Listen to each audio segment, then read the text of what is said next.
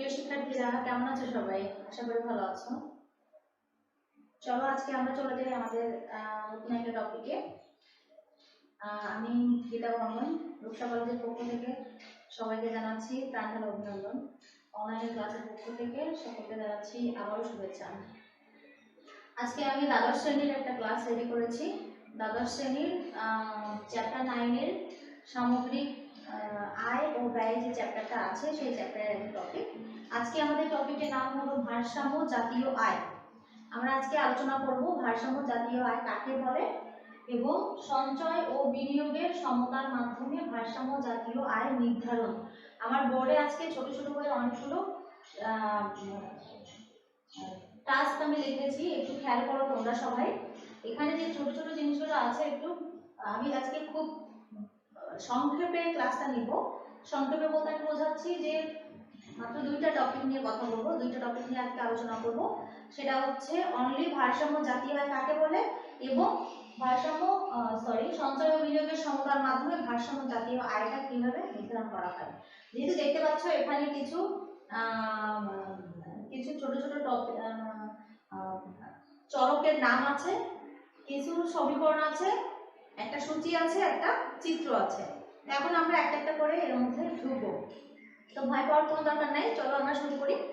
আর প্রথমে যেটা আমরা লিখেছি দেখো, ভারসাম্য জাতীয় আয় কাকে বলে সেটা নিয়ে কথা বলি। যে ভারসাম্য জাতীয় আয় কাকে বলে, এর আগে আমি একই চ্যাপ্টারের জাতীয় আয় কাকে বলে এবং জাতীয় আয়ের কিছু কিছু নির্ধারক আছে সেগুলো নিয়ে কথা বলেছিলাম। তো আজকে আমরা দেখবো যে ভারসাম্য জাতীয় আয় কাকে বলে এবং এটা সঞ্চয় বিনিয়োগের মাধ্যমে কি করে নির্ধারণ করা যায়।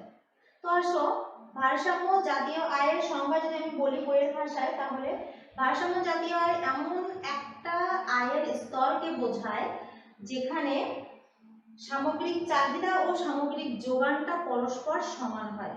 আমি আবারও বলছি, ভারসাম্য জাতীয় আয় বলতে আয়ের এমন একটা স্তরকে বোঝায় বা এমন একটা লেভেলকে বোঝায় যেখানে সামগ্রিক যোগান এবং সামগ্রিক চাহিদাটা পরস্পর সমান হয়। আমরা জানি যে ভারসাম্য এমন একটা অবস্থা যেখান থেকে আর ফার্দার মুভ করার সুযোগ থাকে না। তার মানে ওটা সব থেকে ভালো একটা অবস্থা, সব থেকে বেটার একটা অবস্থা, এবং যেখানে কিছু কিছু চলকের একটা স্থিরতা নির্দেশ করে। তো এখানে সেরকম কিছু চলক আছে দেখো, যেটা ভারসাম্য জাতীয় আয় নির্ধারণের ক্ষেত্রে আমরা ব্যবহার করে থাকবো বা আমরা পাবো অনেক জায়গায়। সেরকম কিছু চলক এখানে আছে দেখো।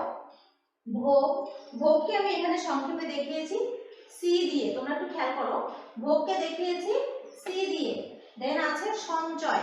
ভোগ হচ্ছে কি, যেটা কনজাম্পশন, মানুষ যেটা ভোগ করছে, মানুষ যেটা ব্যবহার করছে বা ভোগের ক্ষেত্রে ব্যবহার করছে, যেটাকে নিঃশেষ করা বোঝায়, সেটা হচ্ছে ভোগ। দেন আছে সঞ্চয়। প্রত্যেকটা মানুষ সঞ্চয় সম্পর্কে ধারণা রাখে, আমি যতটুকু জানি। তো সঞ্চয়টা এমন একটা জিনিস যেটা ভোগের পরে ইনকামের যে অবশিষ্ট অংশটা মানুষ ভবিষ্যতে ব্যবহার করার জন্য রেখে দেয়, সেটা হচ্ছে সঞ্চয়।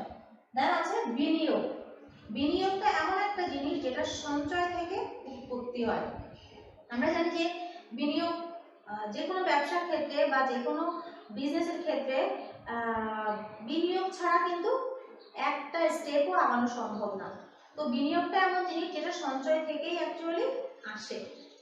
দেন আছে সরকারি ব্যয়। এই টার্মসটা দেখো, এর আগের ক্লাসে আমি তোমাদেরকে বলেছিলাম সরকারি ব্যয়টা হচ্ছে গভর্নমেন্ট ইন্টারভেনশন, যেটাকে আমরা সংক্ষেপে জি দিয়ে নির্দেশ করেছি। তো এই জিটা হচ্ছে যখন জাতীয় আয় নির্ধারণ করা হবে তখন শুধুমাত্র যে পাবলিকের ভোগ এবং পাবলিকের সঞ্চয় বিনিয়োগকে ধরা হবে তা নয়, এখানে সরকারি একটা বড় অংশের অবদান এখানে থাকে, সেজন্য এখানে সরকারি ব্যয়টাকেও ইনক্লুড করা হয়েছে। দেন আছে আমদানি এম আর রপ্তানিকে বোঝানো হয়েছে এক্স দিয়ে। তাহলে এটা আসি আমরা যে যখন জাতীয় আয় নির্ধারণ করা হবে তখন যেহেতু এখন ডিজিটাল যুগ, প্রত্যেকটা দেশ ইম্পোর্ট এক্সপোর্টের সাথে রিলেটেড। আমরা জানি যে ইম্পোর্ট এক্সপোর্টের সাথে বাংলাদেশও অনেক ডিপলি ইনভলভ, যেটা হচ্ছে আগের তুলনায় এখন অনেক বেশি। আগে আমাদের দেশ যে কয়টা দেশের সাথে বিজনেস করতো বা ইম্পোর্ট এক্সপোর্ট করতো, এখন সেই সংখ্যাটা কিন্তু অনেক বেশি। এখন পৃথিবীর অনেক দেশে আমাদের বাংলাদেশ থেকে এক্সপোর্টও হয়, আবার অনেক দেশ থেকে বাংলাদেশেও ইম্পোর্ট হয়ে অনেক প্রোডাক্ট আসে। তো আবারও বলছি, দেখো জাতীয় আয় পরিমাপের ক্ষেত্রে আমরা যে চলকগুলো ব্যবহার করব, যেটা বইয়ে আছে তোমরা দেখে নিবে, সেই চলকগুলোর নাম ভোগ, সঞ্চয়, বিনিয়োগ, সরকারি ব্যয়, ইম্পোর্ট এবং এক্সপোর্ট, যেটাকে আমদানি এবং রপ্তানি বলা হবে। এখন দেখো এই যে ছোট ছোট যে সিম্বলগুলো এখানে আছে পাশে দেয়া, এগুলো তোমরা যদি মনে রাখো তাহলে তোমাদের জন্য যখন ইকুয়েশন লিখবা বা সমীকরণের সাহায্যে ইকোনমিক্স থেকে বোঝাতে যাওয়া, তখন কিন্তু অনেক বেশি ইজি হয়ে যাবে। একবার যদি তুমি ভোগটাকে সি দিয়ে রিপ্রেজেন্ট করো, তাহলে ওই সি দিয়ে তুমি তোমার পুরো টপিকটা শেষ করতে পারবা। যখন তুমি লিখবা তখন ওই সি দিয়ে তুমি পুরো টপিকটা তুমি ব্যাখ্যা করতে পারবা। সেই জন্য ছোট ছোট সিম্বলগুলো আমরা সবসময় মনে রাখবো। এখন আছে দেখো, তাহলে আমরা ভারসাম্য জাতীয় আয়ের সংজ্ঞা যেটা বলেছি সেটা হচ্ছে কি, যে এমন একটা স্তর জাতীয় আয়ের যেখানে আর ওঠানামা করার কোনো প্রবণতা থাকে না। এই লেভেলটাতে এই যে চলকগুলো, এই চলকগুলো স্থির থাকবে। যদি এই চলকগুলো স্থির থাকলে ভারসাম্য জাতীয় আয় নির্ধারণ হয় বা ভারসাম্য জাতীয় আয় স্থাপিত হয়, তাহলে এই চলকগুলো যখন পরিবর্তন হয় তখন ভারসাম্য জাতীয় আয়টা কি পরিবর্তিত হয়? অবশ্যই হয়। কারণ যদি এই চলকগুলো জাতীয় আয়ের সাথে রিলেটেড থাকে, তাহলে এই চলকই জাতীয় আয়টাকে স্থির করছে যখন এরা স্থির থাকছে, এবং যখন এই চলকগুলো পরিবর্তিত হবে তখন জাতীয় আয়ের ক্ষেত্রেও পরিবর্তন আসবে। তাহলে আমরা কি বলছি, যে জাতীয় আয়ের সাথে সম্পর্কিত এই সকল বিষয়গুলো যখন স্থির থাকে তখন জাতীয় আয়ও স্থির থাকে, এবং এগুলো পরিবর্তন হলে জাতীয় আয়ের পরিবর্তন হয়। এবং এই যে স্থিতিশীল অবস্থাটা, সেই স্থিতিশীল অবস্থাটাকে আমরা বলছি ভারসাম্য জাতীয় আয়। এবার আসো দেখো, নেক্সট টপিক হচ্ছে সঞ্চয় ও বিনিয়োগের সমতার মাধ্যমে জাতীয় আয়টা কিভাবে নির্ধারণ করা যায়। তো তার আগে আমরা কিছু ছোট ছোট জিনিস দেখে আসবো। ইকুয়েশন সেটা হচ্ছে, দেখো এই বক্সের মধ্যে আছে s সমান y মাইনাস c। আমি এখানে s দেখিয়েছি সঞ্চয়, c দেখিয়েছি ভোগ, তাহলে বাকি থাকলো y। টা আমরা অলরেডি জানি যে y সমান হচ্ছে ইনকাম, ওয়াইটা হচ্ছে ইনকাম। তাহলে এখানে s সমান y মাইনাস c কথাটাকে আমি ব্যাখ্যা করব কি করে? s মানে কি সেভিংস বা সঞ্চয়। তাহলে যখন সেভিংস বা সঞ্চয় আমরা নিরূপণ করব, সঞ্চয়টা অ্যাকচুয়ালি কখন হয়? সঞ্চয়টা হয় যখন আয়ের থেকে ভোগটা বাদ যাবে, যখন একজনের মানুষের ইনকাম থেকে তার কনজাম্পশন পারপাজের খরচটা বাদ হয়ে যাবে, যদি বাকি কিছু থেকে থাকে তাহলে সেটাকে আমরা বলবো সঞ্চয় বা এস। সেই জন্য সঞ্চয়কে বা S K y minus c দিয়ে প্রকাশ করা হয়। একজন মানুষের ইনকাম, একজন লোকের ইনকাম যদি 10,000 টাকা হয় এবং তার সি যেটা, এই সি যদি 8,000 হয়, তাহলে বাকি 2,000 কি হবে? সে সঞ্চয় করবে, কারণ তার সব খরচ বাদ দিয়ে ওই 2,000 টাকাটা তার এক্সট্রা থেকে যাচ্ছে। তাহলে এই 2,000 টাকাটাকে সে সঞ্চয় হিসেবে ব্যবহার করতে পারবে। আরেকটি ইকুয়েশন আছে, দেখো i সমান y মাইনাস c। আমি এর আগে বলেছি যে ইনভেস্টমেন্ট বা আই যেটা, বিনিয়োগ যেটা, সেটা আসে সঞ্চয় থেকে। যদি সঞ্চয় না হয় তাহলে বিনিয়োগ হবে কি করে? সঞ্চয়ের সাথে বিনিয়োগের খুব পজিটিভ একটা সম্পর্ক। সঞ্চয় যদি পজিটিভ হয় তাহলে বিনিয়োগও পজিটিভ হবে, এবং সঞ্চয় যদি নাই থাকে, জিরো হয় বা নেগেটিভ হয়, তাহলে বিনিয়োগ ইম্পসিবল। কিন্তু এখানে আমরা যে চিত্রটা আঁকিয়েছি সেখানে একটা স্পেসিফিক একটা ব্যাপার আছে, সেটা হচ্ছে ব্যতিক্রম যেটা, সেখানে হচ্ছে দেখানো হয়েছে যে সঞ্চয় যদি জিরো হয় তাহলে কিছু কিছু বিনিয়োগ হবে। এক্ষেত্রে যদি বিনিয়োগ না হয় তাহলে কিন্তু একটা দেশ চলবে না। যখন একটা বিজনেস কোম্পানি যখন লস করবে, তখন সে প্রথম বছর যদি সে লস করে বা যে কোনো একটা পার্টিকুলার পার্টিকুলার বছরে যদি সে লস করে, তাহলে সে কিন্তু বিজনেস অফ করে দিবে না। সে নেক্সট ইয়ারে আবার বিনিয়োগ করবে। তার সঞ্চয় নাই, সঞ্চয় কোথা থেকে আসবে? লাভ থেকে তো সঞ্চয় আসবে। লাভ না থাকে তাহলে তার সঞ্চয় থাকবে না। যখন সঞ্চয় না থাকে তারপরও কিন্তু ওই বিজনেস কোম্পানির মালিক যে, সে কিন্তু ইনভেস্টমেন্ট করে। ইনভেস্টটা কেন করে? কারণ নেক্সট ইয়ারে সে যেভাবেই হোক অ্যাট এনি ওয়ে সে ইনভেস্টটা করে দেখার চেষ্টা করে যে নেক্সট ইয়ারে তার লসটা হচ্ছে কিনা। যদি নেক্সট ইয়ারে তার প্রফিট হয়, তাহলে ওই প্রফিটের টাকা দিয়ে তার আগের বছরের যে লসটা সে ওভারকাম করতে পারে। তার জন্য বলা হয়ে থাকে যে সঞ্চয় জিরো হলেও কিন্তু ইনভেস্টমেন্টটা জিরো হয় না, ইনভেস্টমেন্টটা কিছুটা অটোনোমাস হয়ে থাকে। সেই জন্য এখানে দেখো i সমান সমান y মাইনাস c। তাহলে ইনভেস্টমেন্টটাও কিন্তু অ্যাকচুয়ালি ইনকাম থেকে যখন কনজাম্পশনটা বাদ দেওয়া হবে, সেখান থেকেই ইনভেস্টমেন্টটা আসে। সেই জন্য আমরা দুটো ইকুয়েশন কিন্তু সেম, এস এবং আই যেখান থেকে আসুক না কেন ওয়াই মাইনাস সি থেকেই হচ্ছে এস এবং আইটা আসছে। সেই জন্য আমরা এখানে লিখেছি এস সমান যদি ওয়াই মাইনাস সি হয় এবং আই সমান ওয়াই মাইনাস সি হয়, তাহলে ফাইনালি কি হবে, এই দুটোকে আমরা যোগ বিয়োগ করলে কিন্তু এস ইকুয়াল আই হতে বাধ্য। এটা ম্যাথমেটিক্যাল ডেরিভেশন যেটা, সেটা হচ্ছে এস ইকুয়াল আই হতে বাধ্য। তাহলে এই দুটো ইকুয়েশন থেকে আমরা এটা পাই যে এস ইকুয়াল টু আই, বা সঞ্চয় সমান সমান ইনভেস্টমেন্ট, যেটুকু সঞ্চয় হবে সেটুকু ইনভেস্টমেন্ট। আচ্ছা, তাহলে আমরা যদি একটা প্র্যাকটিক্যাল এক্সাম্পলের সাহায্যে দেখতে চাই তাহলে কেমন হতে পারে দেখো তো। যে ধরো তোমার ইনকাম, ধরো তুমি মান্থলি 5,000 টাকা ইনকাম করো, 5,000 টাকা ইনকাম করো টিউশন করে বা যে কোনো একটা অনলাইন ওয়ে, অনেক কিছুই আছে ইনকামের, যে কোনো একটা ওয়েতে তুমি 5,000 টাকা ইনকাম করো। তো মান্থলি তোমার সব খরচ টরচ দিয়ে তোমার 4,000 টাকা খরচ হয়ে যায়। তোমার কনজাম্পশন পারপাস যেটা, সেটা তোমার বিভিন্ন ওয়েতে হতে পারে। সেটা হচ্ছে কলেজের খরচ হতে পারে, টিউশন খরচ হতে পারে, ব্যাচ খরচ হতে পারে, পকেট খরচ হতে পারে, শপিং টপিং সব কিছু দিয়ে তোমার 4,000 টাকা যখন ব্যয় হয়ে যাবে, বাকি তোমার 1,000 টাকা মান্থলি তোমার কাছে থাকছে। মান্থলি মানে মাস শেষে তোমার কাছে 1,000 টাকা থাকছে। তখন তুমি কি করতে পারো, 1,000 টাকা দিয়ে একটা ডিপিএস খুলতে পারো, বা ব্যাংকে তুমি ওই 1,000 টাকা করে সেভ করতে পারো। তোমার এই 1,000 টাকা যখন তুমি প্রত্যেক মাসে ব্যাংকে জমা দিচ্ছ, এরকম তোমার মতো আরো 10 জন স্টুডেন্ট 1,000 টাকা করে জমা দিচ্ছে। ধরো কারো অ্যামাউন্ট বেশি হতে পারে, 2,000 হতে পারে, 5,000 হতে পারে। আর যদি সেটা স্টুডেন্ট লেভেলে না হয়ে থাকে, যদি কোনো চাকরিজীবীর ক্ষেত্রে হয়ে থাকে, যদি কোনো বিজনেসম্যানের ক্ষেত্রে হয়ে থাকে, তাহলে সেই টাকার পরিমাণটা কি হবে, আরো অনেক বেশি হবে। যখন এই টাকাটা ব্যাংকে অ্যাজ এ সেভিংস তার ইনকাম থেকে ভোগ ব্যয়জনিত যে কস্টটা, ভোগ ব্যয়জনিত কারণে যে খরচটা তার হচ্ছে, সেটা বাদ দিয়ে যে এক্সট্রা অ্যামাউন্টটা তার থাকছে, সেটা সে ব্যাংকে যে জমা দিয়ে আসছে।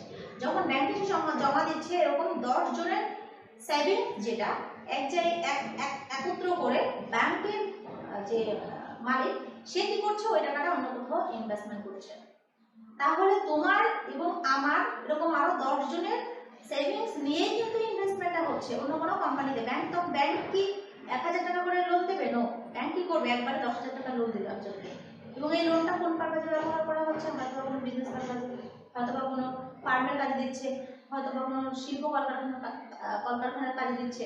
তো যেভাবেই হোক না কেন, এই যে সেভিংসের যে টাকাটা, সেই সেভিংসটা কিন্তু একটা পর্যায়ে যে ইনভেস্টমেন্ট আকারে ইমপ্লাই হচ্ছে। তাহলে আমরা কিন্তু বলতে পারি যে সেভিংস সমান সমান ইনভেস্টমেন্ট, বলতে পারি তো এটা। এখন আসো যে আমি এই জিনিসটাকে একটা, আমার এখানে টপিকটা ছিল সঞ্চয় এবং বিনিয়োগের মাধ্যমে ভারসাম্য জাতীয় আয় নির্ধারণ। তাহলে এই সঞ্চয় বিনিয়োগের মাধ্যমে আমরা যে এস সমান সমান আয় দেখিয়েছি, এই জিনিসটা এখানে আমরা দেখাতে পারি কিনা। এখানে একটা সূচি আছে, দেখো এই এই এই সূচিটা খেয়াল করো। আমরা এখন এটা নাও রাখতে পারি, তাহলে তোমাদের জন্য বেটার।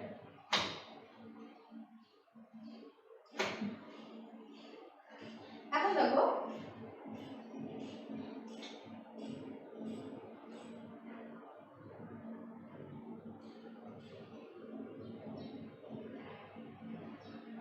এখানে আমরা দেখি যে যখন ইনকাম 200 টাকা, তখন তার সেভিংস 50 টাকা এবং তার ইনভেস্টমেন্ট 100 টাকা। আমরা এটা জাস্ট ধরে নিচ্ছি একটা সূচির মাধ্যমে ব্যাখ্যা দেওয়ার জন্য। তো যখন ইনকাম 200, সেভিংস 50, তখন ইনভেস্টমেন্ট 100 কি করে হলো? এই যে কথাটা আমি আগে বলে দিয়েছি যে কিছু ইনভেস্টমেন্ট সবসময় অটোনোমাস থাকবে, যে সেভিংস আমার নাই, তারপরও আমার কিছু ইনভেস্টমেন্ট থাকবে। তার জন্য প্রথম সূচিতে প্রথম রোতে আমরা দেখিয়েছি যে ইনভেস্টমেন্ট 100 টাকা, যখন সেভিংস 50 টাকা। তারপরের রোতে আসো, দেখো যখন ইনকাম বেড়ে 300 টাকা হচ্ছে, তার সেভিংস কি বাড়ছে, ইনকামের সাথে সেভিংসের পজিটিভ সম্পর্ক। যদিও ইনকাম যে হারে বাড়ে, সেভিংস সেই হারে বাড়ে না, কিন্তু ইনকাম বাড়লে সেভিংস বাড়তে বাধ্য। তাহলে আমি যদি এখানে আসি, দ্বিতীয় রোতে ইনকাম যখন 300, তার সেভিংস 100 টাকা, মানে 50 টাকা থেকে আরো 50 টাকা বেড়ে 100 টাকা হলো, তখন তার ইনভেস্টমেন্ট 100 টাকা। আবার যদি আসি, ইনকাম তার বেড়ে কি হলো, 300 থেকে 400 হলো। যখন 300 থেকে 400 হলো, তখন তার সেভিংস 50 টাকা হয়ে গেল, আরো 50 টাকা বেড়ে গেল, কিন্তু তখন তার ইনভেস্টমেন্ট কি হলো 100 টাকা। আমরা এখানে ইনভেস্টমেন্টটাকে সেম রেখে দিয়েছি, ইনভেস্টমেন্টটা ইনকামের সাথে বা সেভিংস এর সাথে সম্পর্কিত নয়, এখানে আমরা ফিক্সড রেখে দিয়ে আমরা দেখাচ্ছি যে এখানে শুধুমাত্র সেভিংস আর ইনভেস্টমেন্টটা কোন কলামে একই হয়েছে, কোন রোতে একই হয়েছে, কোন সারিতে। দেখো তো এখানে যখন ইনকাম 300 টাকা তখন তার সেভিংস এবং ইনভেস্টমেন্ট যেটা দেখো এখানে আই সমান এস দিয়ে আমি দেখিয়েছি, আই সমান এস। যখন একমাত্র ইনকাম 300 টাকা সেই সময় অনলি সেভিংস এবং ইনভেস্টমেন্টটা সমান হবে। এবং আমি কি বলেছি, ভারসাম্য জাতীয় আয়। ভারসাম্য জাতীয় আয় হতে গেলে দুটো টার্মসটাকে একই হতে হবে বা সেম হতে হবে। যখনই সেম হবে তখন ভারসাম্য জাতীয় আয়টা নির্ধারিত হবে। তাহলে এই সূচির মাধ্যমে আমরা দেখতে পাচ্ছি যখন প্রথম রোতে কিন্তু ইনভেস্টমেন্ট বেশি সেভিংস কম, থার্ড রোতে হচ্ছে ইনভেস্টমেন্ট কম সেভিংস বেশি, এবং মাঝখানে যে রোটা ছিল মাঝখানের সারি সেখানে অনলি ইনভেস্টমেন্ট এবং সেভিংসটা সেম। এখন দেখো এই জিনিসটাকে আমরা এবার দেখাবো চিত্রের মাধ্যমে, একটা গ্রাফ, খুব সহজ জিনিস, একটা একটা করে আমরা আসছি। এবার দেখো এই চিত্রের মাধ্যমে যেটা দেখানো হয়েছে সেটা হচ্ছে ও এক্স অক্ষে তোমার উৎপাদন এবং আয়টাকে ইন্ডিকেট করা হয়েছে, ও ওয়াই কে সঞ্চয় এবং বিনিয়োগকে নির্ধারণ করা হয়েছে। এবার দেখো যেহেতু এখানে ইনভেস্টমেন্টটাকে ফিক্স করে নিয়েছি সেহেতু আমরা ইনভেস্টমেন্ট যে রেখাটা সেটা কিন্তু ভূমি অক্ষের সাথে সমান্তরাল করে দিয়েছি। আমরা এই সূচি অনুযায়ী ব্যাখ্যাটা করব। সো ইনভেস্টমেন্টটাকে আমরা ফিক্স ধরে ভূমি অক্ষের সমান্তরাল আই আই নট এঁকেছি, খেয়াল করো এটা ও। এখান থেকে দেখো ও এক্স এর সমান্তরাল আই আই নট যেটা ইনভেস্টমেন্ট রেখা। এখন ইনভেস্টমেন্ট রেখা যদি ফিক্সড হয় তাহলে এটাকে আমার ভূমি অক্ষের সাথে সমান্তরাল রাখতে হবে। এবার আসো বিনিয়োগ যে রেখাটা বা সেভিংস যে রেখাটা, সঞ্চয় রেখাটা, সঞ্চয় আয়ের সাথে ঊর্ধ্বগামী। এই কলামটা কি বলছে, সঞ্চয় আয় বাড়ছে সঞ্চয় বাড়ছে, তাই জন্য কি করতে হবে, আমার সঞ্চয় রেখাটাকে ডান দিকে ঊর্ধ্বগামী করতে হবে, যেহেতু এটা পজিটিভ ইনকামের সাথে এটা বেড়ে যাচ্ছে। সেই জন্য এখানে দেখো এটা যেহেতু লো পোরশন, যেটা জিরো লেভেল, যেটা ভূমি অক্ষের নিচে যখন যাবে তখন সেটা নেগেটিভ নির্ধারণ করবে, নেগেটিভ কিছু, ঋণাত্মক কিছু। এই জন্য এখানে কিন্তু আমি মাইনাস এ দিয়ে বুঝিয়েছি। তার মানে বোঝাচ্ছে যে যখন ইনকাম জিরো তখনও কিন্তু কিছু সেভিংস থাকে, সেজন্য এখানে আমার নিচে থেকে এই দাগটা টানা হয়েছে। এখন দেখো এখানে বোঝাচ্ছে যে ই যে বিন্দুটা ই, আমরা নরমালি ভারসাম্য যেটা সেটাকে ই দিয়ে বুঝিয়ে থাকি, এটা তোমরা খেয়াল করবে, কারণ ভারসাম্যের ইংলিশ হচ্ছে ইকুইলিব্রিয়াম, এবং ইকুইলিব্রিয়াম কথাটাকে আমরা ইংলিশ ওয়ার্ডের সাথে মিল রেখে আমরা ওটাকে ই দিয়ে প্রকাশ করবো, তাহলে তোমাদের জন্য মনে রাখতে ইজি হবে।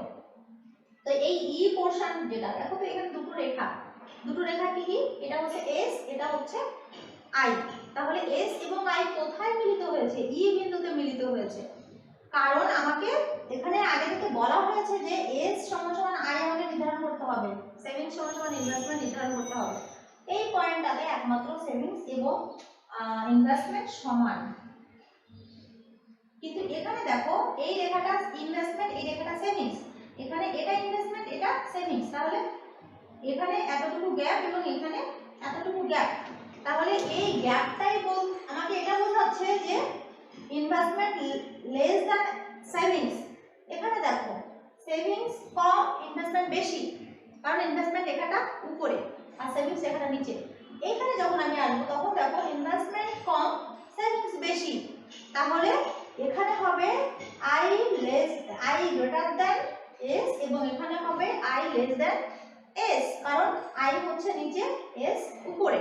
তাহলে এই যে লিস্টটা ছিল, সূচি ছিল, সেই সূচি অনুযায়ী আমরা এই চিত্রে এটা বোঝাতে পারি যে একমাত্র ই বিন্দুতে, যেটা এখানে ওয়াই ই দ্বারা প্রকাশ করা হয়েছে, ওয়াই ই ইনকামটাই হচ্ছে ভারসাম্য জাতীয় আয়, কারণ এই লেভেলে যখন জাতীয় আয় থাকবে তখন ইনভেস্টমেন্ট এবং সেভিংসটা সমান হবে পরস্পর, সেই জন্য ই বিন্দুটাই হচ্ছে ভারসাম্য বিন্দু এবং ওয়াই ই ইনকাম লেভেলটা ভারসাম্য জাতীয় আয় নির্ধারণ করেছে। এটাই হচ্ছে তোমার সঞ্চয় ও বিনিয়োগের সমতার মাধ্যমে ভারসাম্য জাতীয় আয় নির্ধারণ। এখন আমরা এই জিনিসটাকেই এভাবে বলতে পারি যে যখন Y1 ইনকাম লেভেল হবে, ইনকাম যখন কম, তখন আমার সেভিংসটা কম, ইনভেস্টমেন্টটা বেশি।